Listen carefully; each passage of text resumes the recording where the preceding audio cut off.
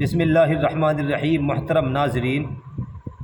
یہ ویڈیو آپ حضرات کے لیے، مسلمانوں کے لیے، بالخصوص نوجوانوں کے لیے بہت ہی اہم ہے، اس لیے کہ جو حضرات یہ شکوے شکایتیں کرتے نظر آتے ہیں کہ حالات اچھے نہیں ہیں، حالات کب ٹھیک ہوں گے، یہ فسادات کب رکیں گے،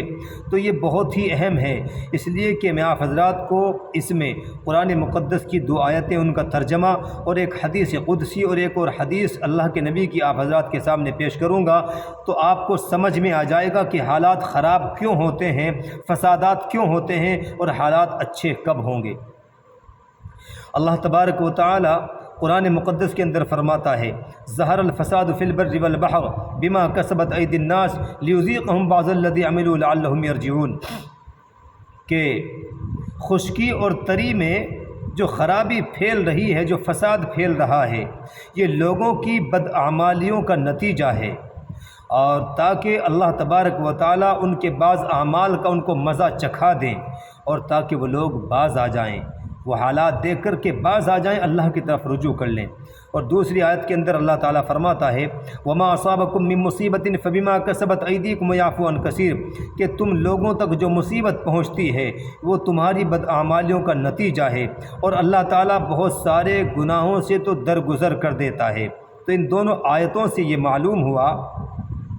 کہ یہ جو حالات خراب ہوتے ہیں، جو یہ فسادات ہوتے ہیں، یہ ہماری ہی ہاتھوں کی کمائی ہے، ہماری بدعمالیوں کا نتیجہ ہے۔ تو پتہ یہ چلا کہ حالات کی خرابی، فسادات کی وجوہات انسانوں کی بدعمالیاں ہیں۔ تو نتیجہ یہ نکلا کہ اللہ کی نافرمانی اگر ہم نہ کریں تو یہ فسادات رک جائیں گے، یہ حالات خراب ہونے سے رک جائیں گے۔ تو نتیجہ یہ نکلا کہ اللہ کی نافرمانی سبب پریشانی ہے، اور اللہ کی فرما برداری اور اطاعت راحت اور سکون کا سبب ہے۔ چونکہ ایک حدیث قدسی کے اندر اللہ تبارک و تعالیٰ نے فرمایا کہ میں ہی اللہ ہوں، میری ہی عبادت کی جائے، اور میں ہی بادشاہوں کا مالک ہوں، بلکہ بادشاہوں کا بادشاہ ہوں، اور بادشاہوں کے دل میرے ہی قبضے میں ہیں، اور جب بندے میری فرما برداری کرتے ہیں تو میں بادشاہوں کے دلوں کو ان کی طرف رحمت اور شفقت کے لیے پھیر دیتا ہوں، یعنی بادشاہ پھر ان کے اوپر رحمت کا معاملہ، رحم کا معاملہ، شفقت کا معاملہ کرتے ہیں، اور جب بندے میری نافرمانی پر اتر جاتے ہیں تو میں ان کے بادشاہوں کے دلوں کو ان کی طرف غصہ اور انتقام اور بدلے کے لیے متوجہ کر دیتا ہوں، پھر وہ ان کو عذاب اور سخت تکالیف پہنچاتے ہیں، اور لوگوں کو برداشت بھی کرنا پڑتی ہیں۔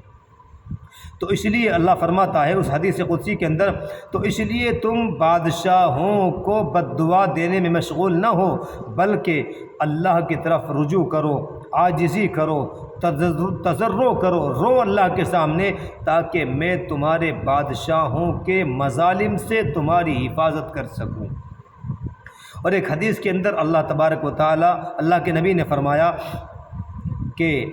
قریب ہے کہ گمراہ قومیں تمہارے اوپر اس طرح یلغار کریں گی، تمہارے اوپر اس طرح ٹوٹ پڑیں گی جیسے بھوکا دسترخوان پر ٹوٹ پڑتا ہے۔ صحابہ کرام نے عرض کیا، اللہ کے نبی کیا ہم اس وقت تعداد میں کم ہوں گے؟ فرمایا نہیں، بلکہ بہت زیادہ ہوں گے، لیکن اس وقت تمہاری وہ ہوگی وہ سیلاب کے جھاگ کی طرح ہوگی، تمہاری جو حیثیت ہوگی وہ سیلاب کے جھاگ جو ہوتے ہیں، جھاگ کتنے بھی اکٹھے ہو جائے، اگر اس پر ایک پتھر پھینک دے تو وہ تتر بتر ہو جاتے ہیں۔ تو اسی طریقے سے تمہاری حالت ہوگی، تم تعداد میں بہت ہوں گے، لیکن تمہارے دشمنوں کے دلوں سے اللہ تمہارے خوف کو، ہیبت کو نکال دے گا، اور تمہارے دلوں میں وہن ڈال دے گا۔ صحابہ کرام نے پوچھا، اللہ کے نبی وہن کیا ہوتا ہے؟ تو فرمایا کہ موت سے نفرت اور دنیا کی محبت۔ میرے دوستو، اب ہم قرآن مقدس کی آیتوں کے ترجموں کو غور سے دیکھیں، اور حدیث قدسی بھی دیکھیں، اور اللہ کے نبی کی حدیث بھی دیکھیں جو میں نے سب سے آخر میں بیان کی ہے۔ آج پوری آپ دنیا کا جائزہ لیں، ہر طرف مسلمان پریشان، ذلت و خواری کے اندر ہے، اور ہمارے دشمنوں سے ہمارے دلوں رعب کو نکال دیا گیا ہے۔ جہاں مسلمانوں کو دیکھ کر کے لوگ تھرا جاتے تھے، کانپ جاتے تھے، آج مسلمانوں کو دیکھ کر کے سینہ سپر ہو جاتے ہیں، اور ان کے اوپر ظلم کی وہ آندھیاں آ رہی ہیں، ظلم کی وہ گھٹائیں آ رہی ہیں، اور ظلم و زیادتی کا وہ طوفان برپا ہے کہ جہاں بھی داڑھی ٹوپی والے کو، مسلمان نام کو دیکھو، ان کے اوپر مظالم کے پہاڑ توڑے جا رہے ہیں اور کوئی پرسان حال نہیں ہے۔ ہم دعائیں بھی مانگتے ہیں لیکن قبول نہیں ہوتی ہیں۔ تو پتہ یہ چلا کہ ہم نے اللہ کو ناراض کر رکھا ہے۔ یہ ہماری بدعمالیاں، ایک مسلمان شراب پیتا ہے، مسلمان جوا کھیلتا ہے، مسلمان سٹہ کھیلتا ہے، مسلمان زنا کرتا ہے، مسلمان عیاشیاں کرتا ہے، گالیاں بکتا ہے، روزے کی حالت میں دن بھر کھاتا پیتا پھرتا ہے، نمازوں کی پابندی نہیں ہے، اور اپنے ماں باپ کو گالیاں بکتا ہے، قرآن کریم کی بے حرمتی کرتا ہے، مسجدوں کی بے حرمتی کرتا ہے، مسجدوں میں شور و شغب کرتا ہے۔ وہ کون سی برائیاں ہیں جو مسلمان نہیں کر رہا ہے؟ تو برائیاں اور بدعمالیاں جب مسلمان کرے گا تو ہماری بدعمالیوں ہی کی وجہ سے تو حالات خراب ہوں گے۔ تو یہ جو حالات خراب ہیں ہماری بدعمالیوں کی وجہ سے ہیں۔ آج آپ کہیں بھی دیکھ لیں، دلی کے دنگے دیکھ لیں، جہانگیر پوری دیکھ لیں، راجستھان میں دیکھ لیں، یہ یعنی